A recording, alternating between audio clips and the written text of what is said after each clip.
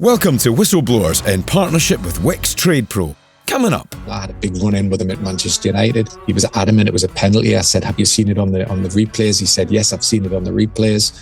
And I just threw me boot in anger. But, I've seen quite a bit of City in the last 10 years or so. And I was at the Napoli Champions League game on Thursday with two people from Napoli, and they couldn't believe how quiet it was at the ground. I mean, it was. Are we doing this? I don't really understand why footballers are allowed to score a goal and then, for example, mimic firing machine gun bullets into the disabled section. Very warm welcome to Whistleblowers, another edition of the finest podcast featuring a journalist, an ex-journalist and a referee. I mean, what a combination. It's like the start of a joke. As tradition dictates, I'm hosting affairs. Then we've got Mark Clattenburg, all the way from the first-class lounge at Heathrow. Looking by the quality of that chair and the lack of stains, he's definitely flying first class. not like the seats I sit in at the airport. And talking of stains, we've got Ian Ladyman. A stain on the copybook of journalism. Ian Ladyman. With his... Or has he got stains on his new trainers yet? Well, that's what I was going to say. Okay. I mean, they are absolutely brand new. New wheels. He's bought them just in time to walk through the mucky puddles of Kensington and ruin that lovely grey suede. Got me new wheels. I need to take issue with you. Anyway, so I'm away last week. I can't make last week's podcast, which is fair enough, right? And so I think, I'm sure they'll cope without me. And then I listened to this show.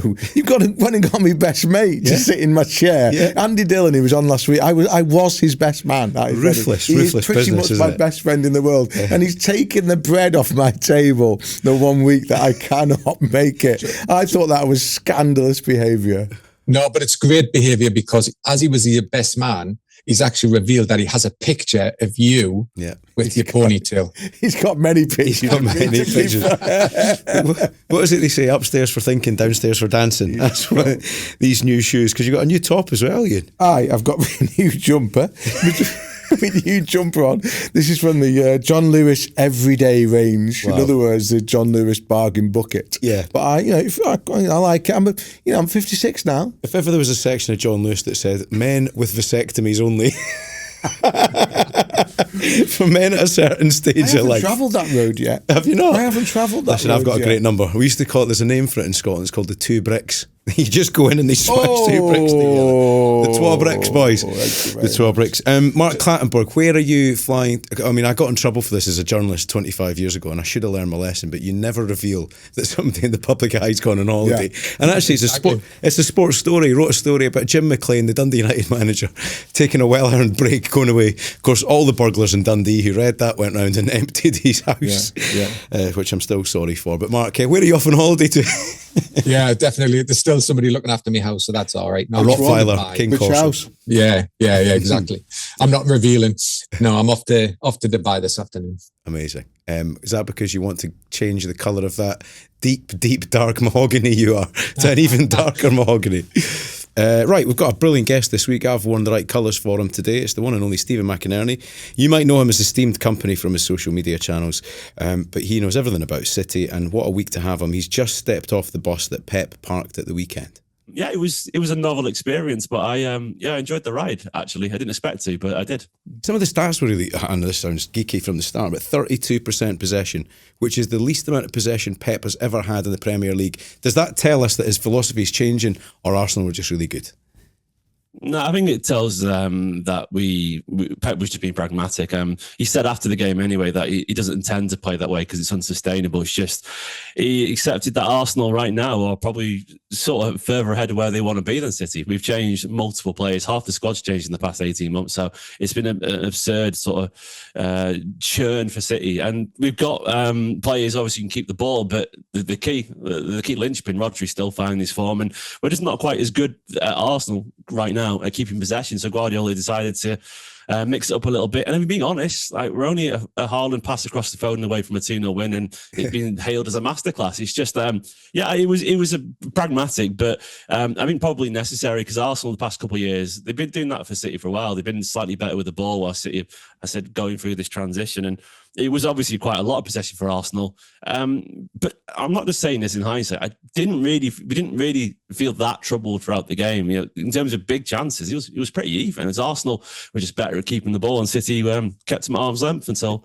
right at the end. So it was weird, but it wasn't completely surprising. It's really interesting that you say that, because I was at the game and I actually thought the 10 minutes before the equaliser, I thought they were done. I thought Arsenal were done, actually. Yeah. I thought you'd ridden that spell for half an hour when Donnarumma had to do what he's been brought in to do, and then I thought their fire had kind of burnt out. But you mentioned Rodri. It was really interesting when that ball broke in the Arsenal half just before the equaliser.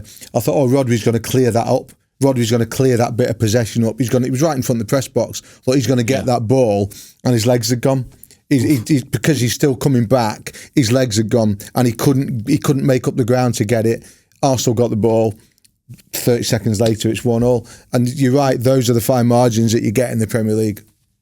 Yeah, and by the way, and you're right about Haaland. Why didn't Haaland pass that ball? Why didn't Haaland pass that ball? At that point as well, like the chances, City had probably a slightly better chance in the first half, 1-0 up. And honestly, that's 2-0. And then also Arsenal not coming back from that, because they genuinely couldn't break City down until the end. And the goal at the end was frustrating. There's a few like micro mistakes in that, but that was, City went so defensive, 5 at the back and 2 defensive midfielders. And you could tell, the chemistry wasn't quite there, because it was the first time throughout the entire game the defence hadn't dropped back a little bit, and they left spacing behind. And I've got to give Eze and Martinelli credit, because it was a beautiful, inch perfect pass, and obviously the finish from Martinelli is fantastic. The first mistake City probably made defensively all game, and it was punished right at the end. But I agree. I think City genuinely had ridden the storm reasonably comfortably. Winning headers at corners as well, which Arsenal are experts at. And I think Arsenal didn't really have any answers until then, and they definitely deserved the point. Arsenal can't be bitter about it, but I don't think City deserved to lose that game. I think it genuinely was a fair result, because City's game plan was executed as it was intended to, and I mean Arsenal were sort of chasing City for a long time, got the point in the end that they deserved. But yeah, I'm definitely not lost any sleep over it. And in fact, actually, I quite enjoy City finding some defensive stability again, because we've been really poor defensively for a good year or so now, and that was the first time I've seen City really dig in and win their one-on-ones. Nico Riley, the young lad Kusunov, everyone was winning their challenges, and Donnarumma, with all the high fives and the hugs with Guardiola and Diaz, a real joy of defending, which City have been bad at for a year or so now. So I quite enjoyed that as a City fan, watching City look like they had the resilience again. It's been a real turnaround for Kusunov, hasn't it? Because he got a hammering for one bad performance, did he not? Yeah, he did. Honestly, City fans have been a little bit perplexed by, because he had a terrible start. I'm not going to deny that against Chelsea, but he's been cracking since then. Good. That guy, he's absurd pace. Honestly, the closest thing I've seen to Kyle Walker on the recovery. Just stupidly physical. And that's the thing as well. If he stays on the pitch without that injury, we're not conceding that goal. It ends up over his side of the pitch. He's intercepting Martinelli there with his recovery pace. And but it is what it is, and a guy I'd never heard of. If you told me a year ago as a City fan, our back line would be Donnarumma in goal, a 20-year-old Uzbekistan international, and Nico Riley attacking midfield and now at left back, I would have just laughed and called you crazy. But that's where City are. Ian's talked about this a little bit, because I think, did you say 3 players started this season? So I think this turnaround in personnel at City is absolutely fascinating, and I know it's not all been by design. I know that certain players just fell off the cliff last season when the club didn't expect them to. But regardless of that, it has happened. And so your first home game of the season this year compared to your first home game of the season last year, there's only 3 players who started.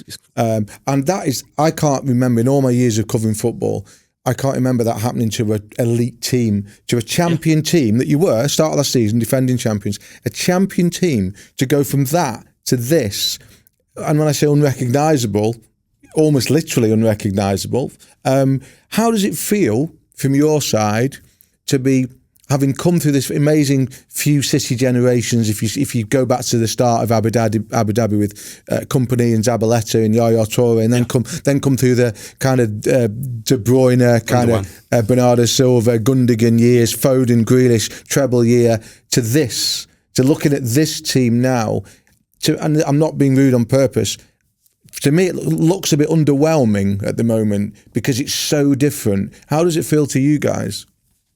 Well, I mean, I turned 40 a couple of weeks ago, so I've seen much worse than this. Trust me. So that's the one thing. It doesn't feel that much red. I watched Alan Ball, and as my manager, and it was painful. So I've been watching since the 90s. So I'm quite relaxed about our level right now, but unquestionably, we are not the same team as we were even just 2 years ago. And when you talk about the churn, when you start to list the names, you're not listing just very good players. You're listing treble winners who've done an all-time achievement. Edison, Kyle Walker.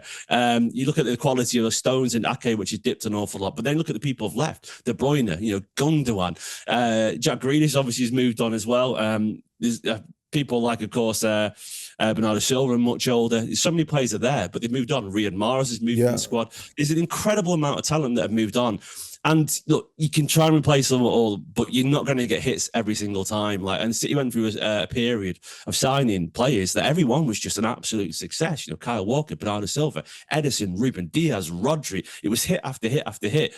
And look, time has caught with City, but it's natural. I won't lose any sleep over, City having to start again, because I've seen things as a City fan that I could only dreamed of as a kid, growing up in Manchester where United would dominate, and it was painful getting bullied for being a City fan. I can't deny it, but it makes it, the humility I learned from that as a fan growing up. I loved it personally, and looking back now, that team was fantastic. But it is the start of the next one. But honestly, I'm not just saying this. I do like seeing new stories. I love the fact that I'm falling in love with this random lad from Uzbekistan that I'd never heard of 12 months ago. Or the fact that a young Manchester lad who's a false nine attacking midfielder is now this 6'5", physically imposing left back, Nico O'Reilly. And these new stories are sort of what we love in football. So for me, it's going to take a bit of time. And I think Pep accepts that.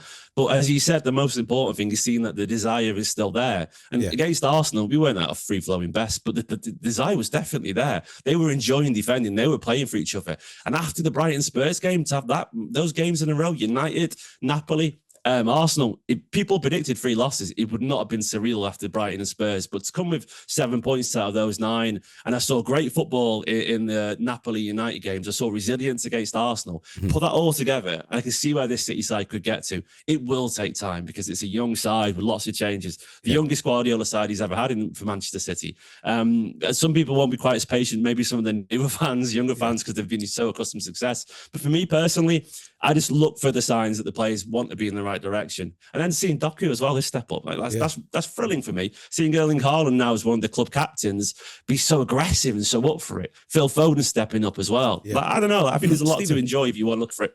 Steve, well, you say that, a lot to enjoy. I've seen quite a bit of City in the last 10 years or so. And I was at the Napoli Champions League game on Thursday with 2 people from Napoli, and they couldn't believe how quiet it was at the ground. I mean, it was. Are we doing this? The atmosphere was. I know you must hear this all the time, but again, as somebody who watches most of my football in Scotland, where the atmosphere can be ferocious, I was quite taken aback about how quiet, and I don't know. It just felt that there was an expectation to win, and it didn't feel like a big game atmosphere to me. Football's changed. You go to most Premier League games, and I promise it's exactly the same. You go to Arsenal, Champions League game, which is a game that doesn't really have anything lying on it, if that makes sense. I've been to the Etihad and come back with tinnitus. When we play Arsenal, Real Madrid, and all these games, I can't sit here and pretend, that the crowd is going to be absolutely rocking for every minute. It's a very sanitized modern football era, And I've been to Celtic and with the 3-3 back in 2016. It was electric, but I'm guaranteeing not every single Scottish Premier League game in the middle of the season is going to be rocking. It's just football, and City have attracted a lot of newer fans who go there for the occasion. But I know that a lot of fans like myself who've been watching City for an awful long time, and we are very much used to being the underdogs. Like the City core isn't one that's known. We don't, in my generation anyway, we weren't brought up on immense success. We won. We got going when there was a narrative, a bit of needle, a bit of excitement or something. But the Napoli game, it was a welcoming return for Kevin De Bruyne. For 20 minutes. It wasn't. Yeah, exactly. It was a shame, but it wasn't. I understand people talk about it not always being the loudest, but I've been there when it's incredible. I've been there when it's a bit quieter, and that's the nature of football. And look, I know what they're like in Napoli as well, man. You're talking to Napoli fans, like some of the craziest fans in world football, and it is what it is. But it's just modern football. Something did strike me though watching that game. Like if you were writing the book about Pep's leadership at Man City over the last however many years, there'd be a chapter on goalkeepers, I think, how he handled Joe Hart, the discovery of Ederson and how important he was to the team. But I think there's a little bit of a lack of confidence in what's happening with your goalkeeper when the players see the ball with the goalie and how it's going to be delivered to them. And that's never been an issue with Ederson, because he could pick anybody anywhere on the pitch. Ian. Yeah, I think, look, Ederson was as good with his feet as probably any goalkeeper I've ever seen, I would say. And you're right, confidence absolutely grows from that. Look, it sounds bizarre to say it now. Manchester United bought Onana. One of the reasons they bought Onana was because he was supposed to be good with his feet. Turns out that he was better with his feet than most of us, than the back four. That was the problem. And he didn't turn out to be very, very good with his hands. Stephen, what I'd maybe put to you was that I don't know how you see the balance of goalkeepers, because I agree with Gordon in terms of he isn't going to play the ball on the floor like Ederson did. But blimey, I've never seen a goalkeeper deal with Arsenal set pieces like he did on Sunday. Yeah. So is that the trade-off that you need? I think pragmatic's the word of this, but I think Pep once again has realised, and I go as far as you were talking about Ederson's ability. I don't think there's anyone been any keeper in the history of football as good as the ball at his feet. He's absurd.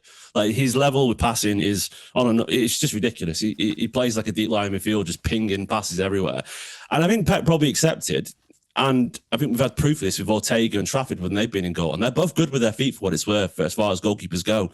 But I think Pep accepted, you just genuinely cannot replace what Ederson can do with the ball at his feet. So the only way from that, being at the very top in terms of a possession-based keeper, which is a very Guardiola sort of invention, is down. And I think he's gone, well, if he's not going to be quite as neat, if Ederson, we haven't got a keeper who can do that intensely intricate passing, only ones that are good, why not just get the best shot stopper instead? Why not get a guy who will bring that presence to the dressing room, but metaphorically and physically, because he's absolutely massive. And I think the idea is that this is a City side have lost a little bit of resilience and a little bit of that lust for winning because they've been so accustomed to it. And I didn't really consider this either. I'm going to be honest, I was a little bit nervous about the change as well, the ceding of possession and so on, which is something City will have to work through to an extent. But I can already see in these 3 games what Donnarumma brings to City. Like, he has made Diaz and Vardy and these people enjoy defending. Like, the size of him, he is utterly irrepressible in his physicality, and of course his ability as well. Like, he does inspire confidence, and he does, see him slide into the fans after City scored against United. Like, you do need those people who will lift you up to their standards. And yes, he's not Ederson, but who is? Mark, I'm going to put my grumpy head on here and bring you in for a minute. Donnarumma was impressive on Sunday. It was hard to take your eyes off him, actually, but he also seemed to be getting away with holding the ball for about 30 seconds at a time. He wasn't booked until the 76th minute, which is one of my bugbears. If a referee's going to book a goalkeeper for time wasting, it's no good doing it with 10 minutes left. You've got to do it early on, and then he can't do it again. But anyway, what's going on with that 8-second rule, mate? Because, and don't get me wrong, Donnarumma's not the only one to do it, but he was pushing it. He was pushing the envelope on Sunday. What is going on with that 8-second rule? If you haven't got rid of it in 8 seconds, it's supposed to be a corner or something, isn't it? It's supposed to be only if it's in his hands. If it's a goal kick, for example, if it's a goal kick, it's not 8 seconds. It's the referee's job to get the ball in play as quick as possible. I've been saying this for months now, that if a goalkeeper takes too long at a goal kick, for me, they should make a rule change that allows the referee to give a corner. Yeah, this has always been my thought, because one of the issues you've got is Donnarumma was playing to the right edge. He was delaying it just enough. Yeah. So when the referee got back into position, he was then starting his run up. It was just to the edge, which the referee allowed it. If the referee was a bit more thinking about it more quickly, it would have been done earlier on. He would have warned him earlier in the match. He'd give him the warning, and if it was a strong referee, he would have given a yellow card. For me, I've been saying this for ages. A yellow card does not work, because referees will always do it late on in the match, because what they don't want, imagine giving Donnarumma a yellow card in the first half. The pressure that referee would have been under by the Arsenal fans to give a second yellow would have been too much. So that's his job. That's his job to cope with that. But the referees always look. They're always looking for management. Referees always in the Premier League have been brought up to manage football matches. And what most referees started to do was they go through the warning process. So they do a quiet warning, then they'll do the public warning, and then they'll issue the yellow card. At no point did he give him the public warning. So then when he goes to the yellow card, it's too late. The damage has already been done. For me, when I was refereeing at the top level, I would have saw that instantly as a tactic. I would have given a quiet warning. I would have warned them earlier on, then goes for the yellow card. But I've said this, take the yellow card out of it, because goalkeepers aren't bothered, really. They're clever. They're not going to get a second yellow card. The risk's so small, but the risk to give a corner is higher. And I think, like this 8-second rule, which has only been used once in the Premier League so far, if the goal kicks, and this has been going on for years. I remember Ben Foster used to do it at West Brom. Yeah. Constantly do it. It's been going on in the game for so long. See, I don't think it is a risk to Donnarumma. I think it's almost like a corner to him is bread and butter. Yeah, he's coming to catch it. But what it is, Gordon, is you're giving possession back. Absolutely brilliant. Yeah. Nice one, boys. Thanks very much. And Stephen, great to see you. Hopefully we'll get you back on. It's an interesting season that lies ahead. Whichever way you look at it, Steven McInerney, esteemed company, thank you very much for coming on. Cheers. Thank you. Right, while our clubs often frustrate us week in, week out, let's have a word for the team that's always on the top of their game, Wix Trade Pro, supporting tradespeople up and down the country. That's right. If you're in the trade, Wix Trade Pro is the membership scheme you need. You save 10% every time you shop in store or online, no minimum spending. And here's the bit that I love. Wix have just launched a click and collect within 15 minutes. That's the same length as a half-time break. So while your team's regrouping, you could be picking up materials, be back on site before the second half has even started. It's also perfect if you're prepping for the week ahead. Place your order at the weekend, swing by on Monday morning, job sorted 50 minutes after the store opens. Quick, easy, convenient. More time on site, less faffing about, just the way it should be.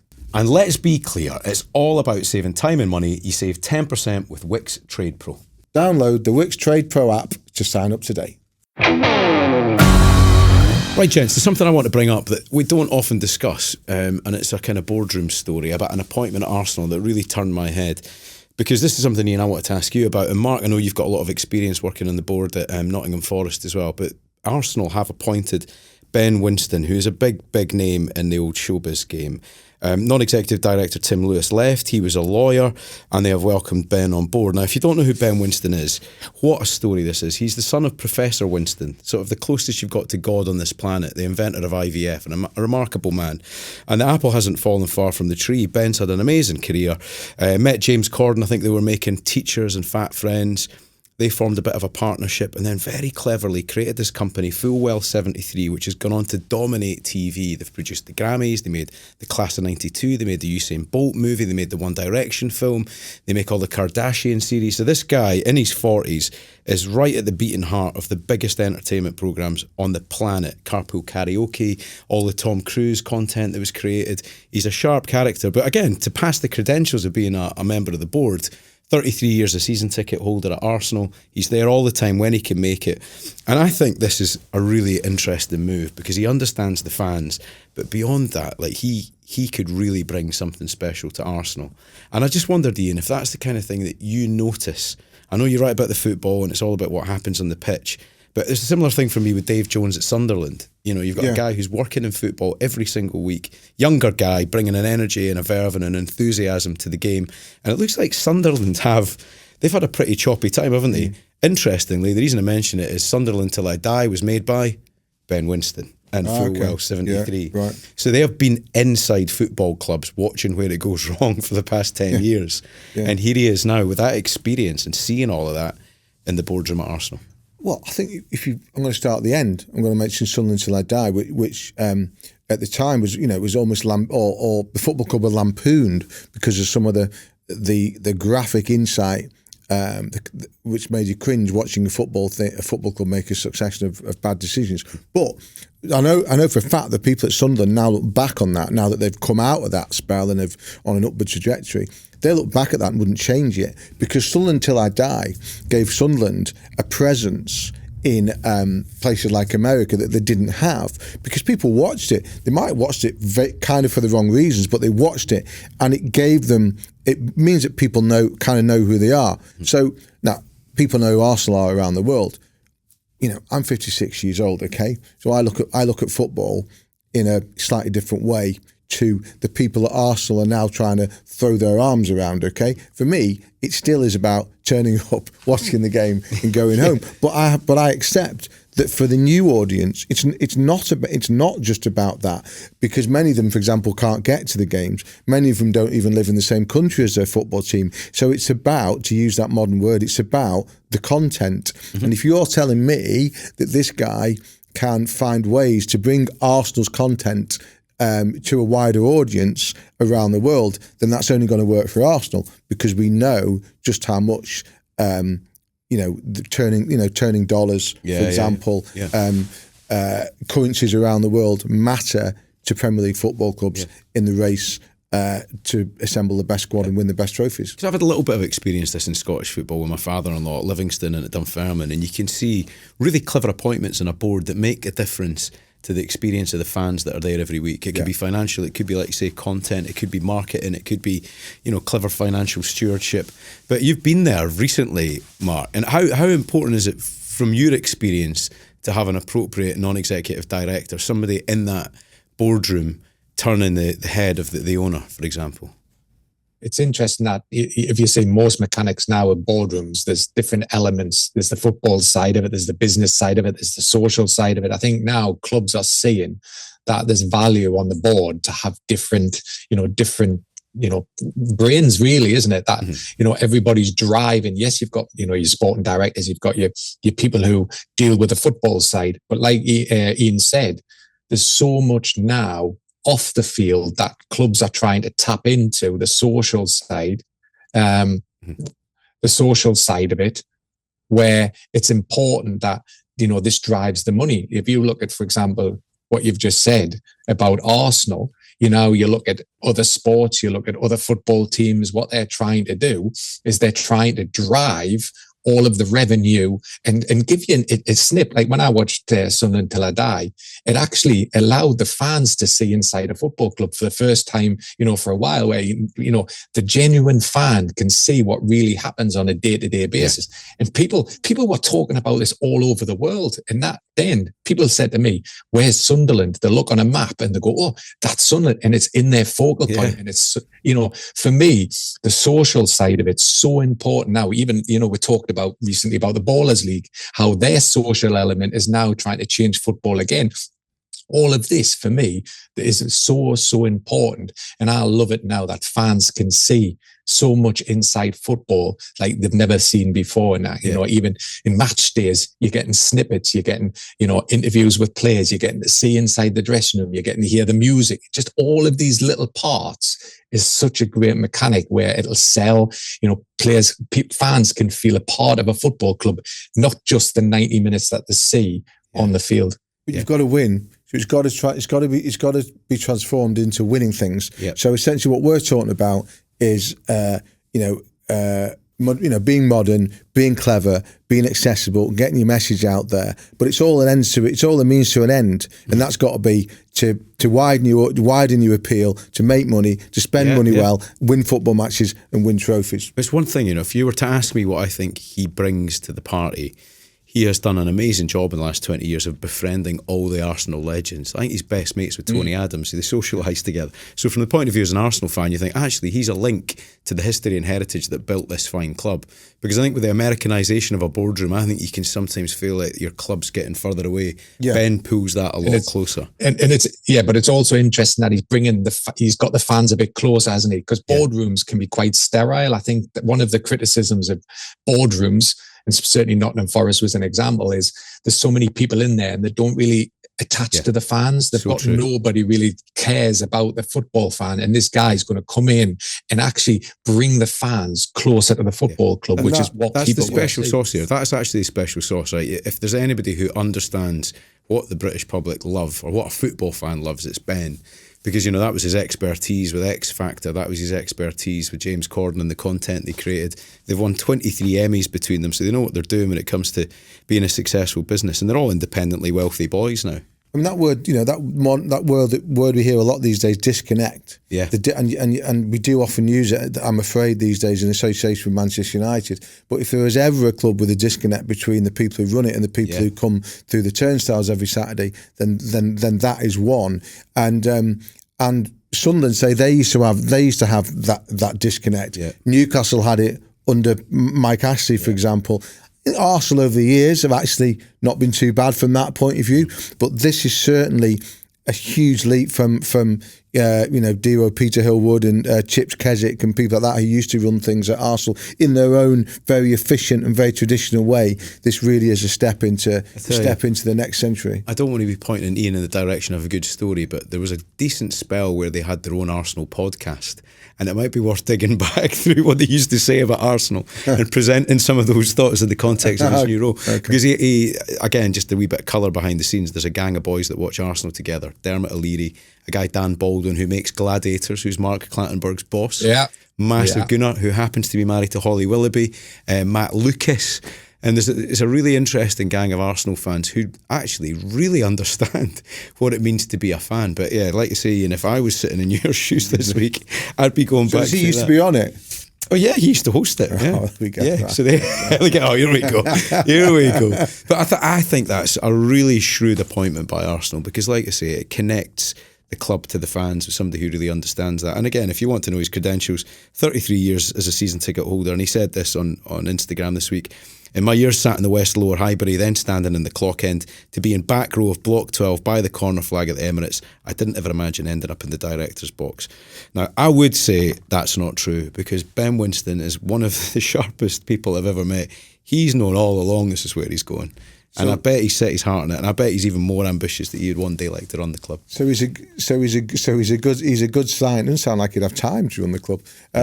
He's a good sign. He only needs now to sign a centre forward because I don't know where the new one was on Sunday against Manchester City. By the way, how do you have 70% possession against Man City and still have a centre forward who's completely invisible, who's 6 foot something and invisible as he was at the weekend? Arteta was subsequently maybe suggested that they needed to sharpen up the delivery a little bit. I think that's called making excuses for the new guy. He needs to arrive in that football team. Yeah, go on, Mark. Go on. I think we can say that about most of the centre forwards that have been signed by Premier League clubs this season. I think there's only really one or two, and that's went to Liverpool. The rest of them have been non-existent. Sesko at Manchester United's been an absolute flop. You know, you've got the big German up front for Newcastle. Yeah, he scored on his debut. Looked anonymous again. Bournemouth at the weekend. You can't be anonymous when you look like he does. Isaac's goal last night, Mark. I know, but you're seeing a lot of not just Gokeres up front for Arsenal. You're seeing this with a lot of the centre forwards that have been signed this season. Ekitike looks a player, by the way. I know I keep saying it. Ekitike looks a player. He really looks a player. What about the sending off, Mark? I mean, second. Did he not want to play the weekend? That is, we talk about consistency in refereeing. That is the only yellow card that is 100% consistent. If a player takes his shirt off, it's the player's always going to be. What is that all about? That was when you think about it. What is that rule all about? Messaging, isn't it? More on the t-shirts underneath. Yeah, also the image that they didn't want the player's shirt. Now that they wear the undergarments, the same colour as normally the shorts, it doesn't look as bad. But when they used to take it off, I'm not the lawmaker. It was made how many years ago, and it's always been in the laws of the game. That player knew.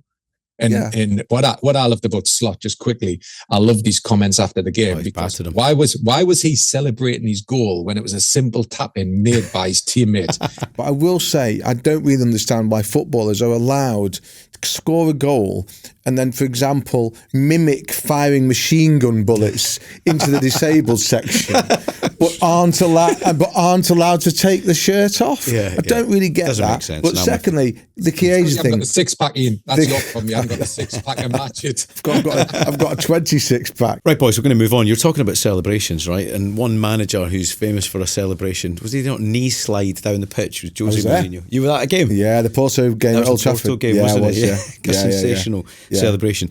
It'll be interesting to see how he would celebrate a Benfica goal against Chelsea next week, because I'd imagine that would be quite an outpouring of emotion for him, Ian. But a massive moment of football. You can't argue a blockbuster character even now, but you must have, Ian, crossed swords at some point with Mourinho. You know what, mate? It's amazing when you think, I don't consider myself that old, right?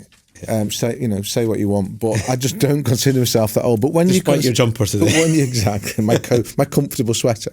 But when you consider that I have essentially been around for all of Mourinho's managerial career. I remember going to Porto in 2000 whatever, when United are playing them in the European Cup, Champions League, and they've got this bright young manager at Porto. And all I remember from the first leg is that Fergie got the hump with the Porto players diving, and there wasn't a handshake afterwards. But then subsequently, Mourinho was very humble about that and said, I saw him in the tunnel, it's okay, it's Mr. Ferguson, Mr. Ferguson, Mr. Ferguson. And then I remember them coming for the away leg, by which time he was being heavily linked with Chelsea, asking him at the press conference beforehand, are you going to move to Chelsea? Your agent's been quoted as saying, I don't have an agent. Yes, you do. All this kind of configuration that goes on when managers don't want to answer questions. And then they win the game, and he in the last minute, and he does a knee slide down the touchline, and then they win the cup, and then he's manager of Chelsea, and all of a sudden he's one of the most famous coaches in the world. And here we are, 20 years later, and I'm about to tell you that I think he's a busted flush because I think he is, and I think he's been a busted flush for quite a long time. I don't think he's, apart from his noise and his reputation and his CV as a modern manager, he's been dead in the water for a long time. I heard an argument the other day as well. If you think about him taking over at Chelsea, he had a bit of money, didn't he? But he did have a bit of money.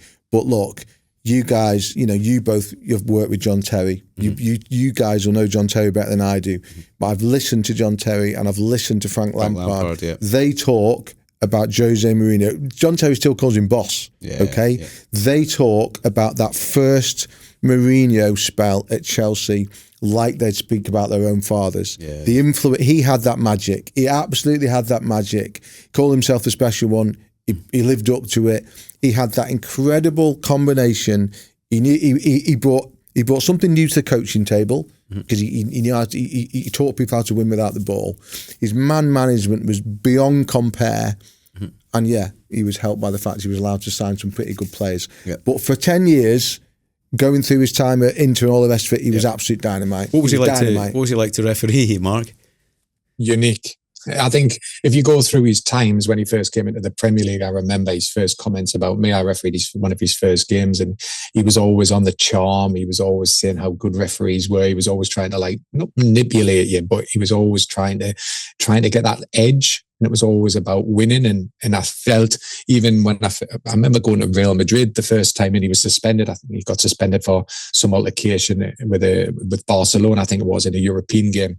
And he was banned, one match ban. And he'd sent us a message to me hotel wishing us all the best. It was always the charm. It was always something behind it. Even when you spoke to him, he was always trying to charm you in such a way. But when he wasn't so successful, and I've followed his even career, and just recently in Turkey, he's changed so much. He's got so bitter. He was fighting with referees all the time because he didn't seem to have that charm anymore. Probably because he wasn't winning. He wasn't so successful. I had a big run-in with him at Manchester United. At Stoke, where he came into me dressing room at the end of the game and believed that I'd missed a handball by Ryan Shawcross, and he was adamant it was a penalty. I said, "Have you seen it on the replays?" He said, "Yes, I've seen it on the replays." And I just threw my boot in anger towards his direction. Missed him, of course. I knew I was going to miss him, but I threw it in his direction. He went white. He didn't know what to say. He left the dressing room. When I got back home, I watched the incident, and he hadn't handled it. It was all mind games. It was always the bitterness and nastiness. And, in the end, my relationship with Jose was less when it was when he was first at Chelsea, where he had that charm. Everybody loved him. Everybody called him the special one. But I don't believe, even you talk to Fenerbahce people, his time in Turkey over the last 18 months has been a disaster. He's never added any value. He didn't make Fenerbahce competitive against Galatasaray. They kept losing. And what did he do? He did his usual tactic. He blamed referees. He blames the pitches. He blames the ball boys. He blames everybody but himself. And now he's gone to Benfica. What can fail? There's only 3 teams in Portugal. If you think about it, Sporting, Porto, and Benfica. So what's he going to finish in the top 3? Is that what he wants to achieve anymore? Because Benfica aren't going to be competitive. Because I think the way I saw Portuguese football over the years, just briefly, was Portuguese used to get South American players and bring them through Portugal into Europe. And that's how they made all the big money over the years. Portuguese teams were very successful at bringing in young South American players, keeping them because of the language and everything else, and then putting them out in Europe. That's not happening anymore. A lot of Premier League clubs are bypassing that system and buying them early and then loaning them out, which means Portuguese football isn't as strong financially as well as competitively now in Europe. Yeah, I going back to what you say about the change in him, and I think what became really important with Jose was that when Mourinho needs to be winning. He can't just exist. Okay, you could argue there's nothing wrong with that, but the fact is, in football, there's only a very small percentage of people who can win all the time. And as soon as he realised that he'd lost that magic, then I think a lot of the charm, a lot of the charisma disappeared with it. I would go back probably since his second spell at Chelsea when he did win the league again, and since then, not necessarily in chronological order, but through Man United and Tottenham and then Roma and then through to Turkey, like you're saying, now back to Portugal. He's not managed, he won a European trophy with Roma, didn't massively improve their league position, failed at Tottenham, failed at Manchester United, although he will paint it differently, but he absolutely failed at Manchester United. And I remember watching him closely at United, and he knew that he couldn't break that monopoly of Klopp and Guardiola. I remember when Mourinho came to Manchester United, writing a piece saying it's Mourinho versus Guardiola, no longer in Spain, but now in Manchester. That never developed. The rivalry that developed was Guardiola and Klopp, and Mourinho was on the outside of it, and he knew it. And he couldn't cope with it. People at Manchester United, senior people at Manchester United, have told me, and will tell you now, he was absolutely toxic at Old Trafford. Fergie, who was always his great admirer and his friend, couldn't wait to get him out of the building. He was toxic at United. Well, there's some good examples because he of that couldn't as well. win. He knew he couldn't win. He also did some stuff culturally at United, I think, this left a mark, a long mark, because he fell out with Pogba, didn't he? Yes. But he took the first team away from the youth team, separated them, put them in porter cabins and stuff like that. And so culturally, all that stuff that was built changed. But that's completely, the opposite of what he had in Europe. Because in Europe, they put all of the youth teams with their first teams in the same training facility, so it inspires the young players to reach the first team. So I don't understand when he's managed in so many countries and so many different cultures that he wanted to change that in Manchester United. But he turned on the Chelsea squad, didn't he? The second time. Yeah, he became a boom and bust manager, and it's very difficult to do that in the modern age. When he was brought in at Chelsea, he was brought in as a new, almost like as a new kind of prototype as coach, and he did things at Chelsea with that Chelsea team in terms of making them believe that few managers had managed to do before. But he looked at that point as though he would be a coach with longevity. Didn't turn out to be that way, and the further he's gone along the road, he's actually now hired almost as like a gun for hire. Come in. That's what United did. United had admitted to me after the failure with Moyes and Van Gaal, they were like, we need to win. Ed Woodward hired him because they needed to win. And Ed Woodward was like, we know there'll be pain. We know there'll be pain with this guy. We know that he will set fires to building at some point, but we hope that he won't set fires to building until we've won the Premier League. But they got the flames. They didn't get the trophy, and that's what he is now. He's one of those. Putting my fist into my palm. He's a boom and bust coach, I'm afraid. I know it's a bit of a different insight, right? But my wee pal Martin Compston, the actor, played for him at soccer age, right? Which is quite interesting. So, and Martin was a professional footballer, played at Morton. He was at Aberdeen as a youth team player. So he's a decent player and he knows the game. But he said Mourinho was unbelievable. Like the attention to detail in a charity match. He said it was ridiculous, right? Like for example, he said, right, Martin, I know you can play, so you're going to play right back because I know you're safe on the ball. So whatever happens, you're going to stay. Do not cross the halfway line. If you do, you're coming off. I'm going to take you off. Wow. And so positionally, I had him in his head all the way through the game because he knew he was safe on the ball. But the best part of what he did, I just thought was cracking gamesmanship. He said to James McAvoy, you're one of the best actors on the planet. So with about 10 minutes to go, we're going to be ahead. That's the plan. But I need you to have a cruciate injury with 10 minutes to go to waste about 5 minutes of time. So I'm watching the game and I text Martin afterwards and I was like, oh man, that's a nightmare for McAvoy. Like, he's definitely done his not ACL there, and he was like, "You're an idiot." It wasn't real. I mean, and listen, I think I should know over the years, he completely convinced me that was all Mourinho, all stagecraft, all managed. And he made the point, all the stories in the bus were about little incidents like that and things that he'd done off the pitch that had sort of manipulated events. I think there's something about fixtures that he'd somehow forced to change that would have affected the opposition when he was manager of Chelsea. Don't get me wrong, mate. He was a genius. Mourinho's Chelsea forced Ferguson's United to change the way they played. Ferguson admitted that. Chelsea always used to come out of the trap at the start of the season, bang, bang, bang, win, win, win, win. Yeah. Fergie changed his whole pre-season to try and make sure that his team were at the same level. The things he did into the great victory at Barcelona, blah, blah, blah. But if I said to you, if you want to have a long life as a football manager, what do you need? You need to be really fucking good in the first place. Yeah. You need to change. You need to evolve. Wenger didn't evolve. Okay, so eventually he stopped winning. Okay, Mourinho, Ferguson was the greatest attribute that. Say what you like about Fergie. He changed. Fergie was across social media, even at his age, before any other Premier League manager, because Rio Ferdinand went onto Twitter. He was pretty much the first high-profile player to do it. Fergie clocked it and thought, right, the days of me having spies in nightclubs in Manchester are over. What I need is spies on social media to watch these guys. Fergie got it straight away. Fergie was a genius in so many ways, but he changed. He was prepared to learn. Yeah. Mourinho has looked at the world through the same prism, in that the world's got to change for me, and it doesn't. My question to both of you then is, when do you think the milk turned sour? At what point in his career, if you look at it from Porto, Chelsea, Milan, Inter Milan, Real Madrid, Man United, Spurs, Roma, Fenerbahce, now Benfica, I think there's a moment there where it did sour. At the end of second Chelsea. Yeah. I thought he had a good team at second Chelsea, a good team.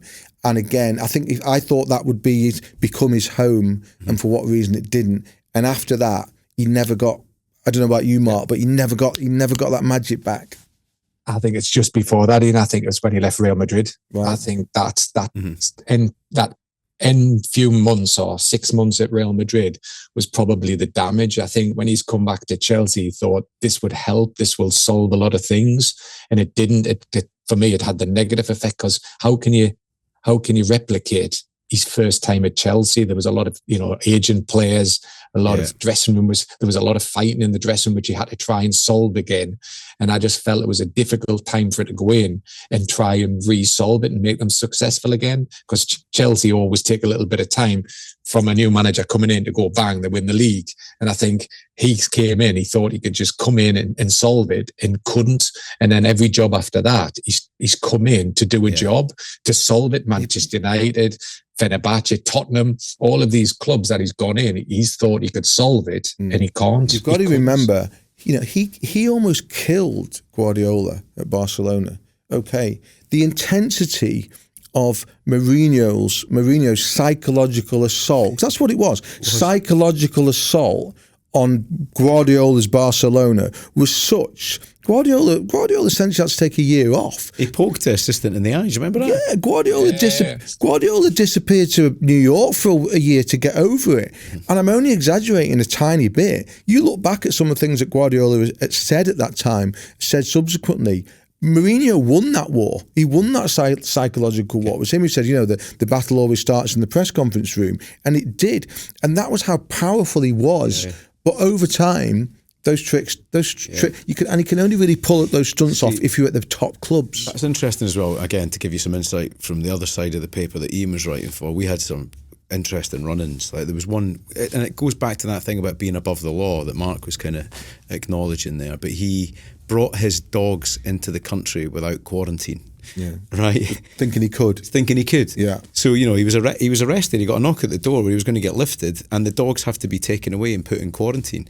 And he was involved in the concealing of the dogs to kind of protect himself and also keep them in the country. And I remember that story kicked off big time. But I also thought that showed the man, because there was a conversation I remember that was reported at the time between him and a police officer where he said something along the lines of, "Are you speaking to me as a man, or are you speaking to me as an officer of the law?" And he was like, "Well, as an officer of the law." And he was like, "Well, words were exchanged, put it that way, and he ended up in the back of the meat wagon, you know. Yeah. But that is, but look at, you got managed that as well, Mark. Yeah, but look at, he's always been above the law. He's tried to be above the law. Look at that time when he had a stadium ban and he comes in the kit, you know, hidden underneath all of the kit in the wheelie bin, you know, he's hid himself so he could do his pre-match talk. He always felt, especially late on, he was above the law. He thought he was still the special one.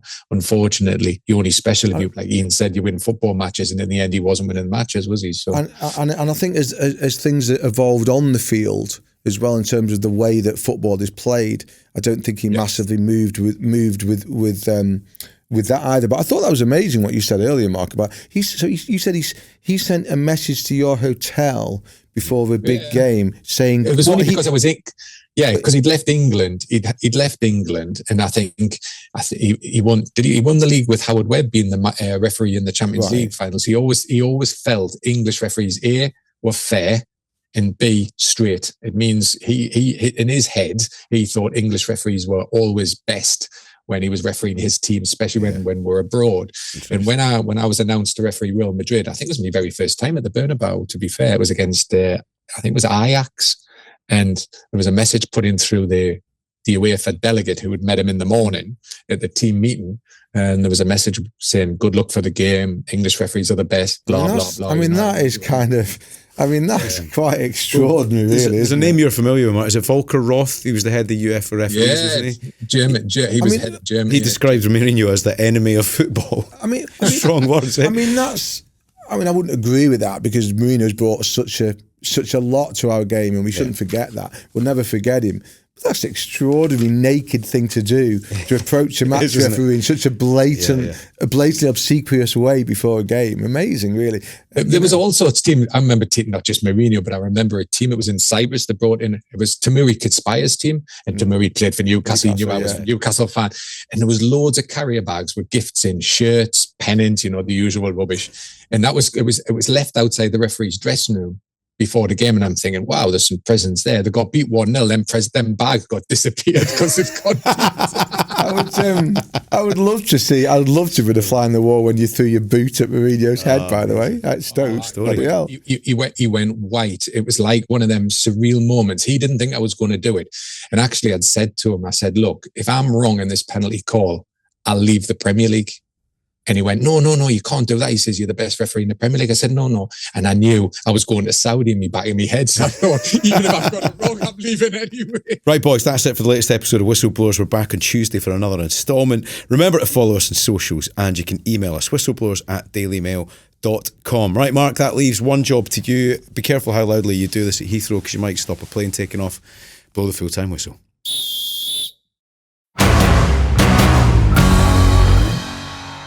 Thank you very much for watching Whistleblowers. Please subscribe to our YouTube channel. Remember, episodes every Thursday and Tuesday, and on a Sunday, you'll get our clip of the week.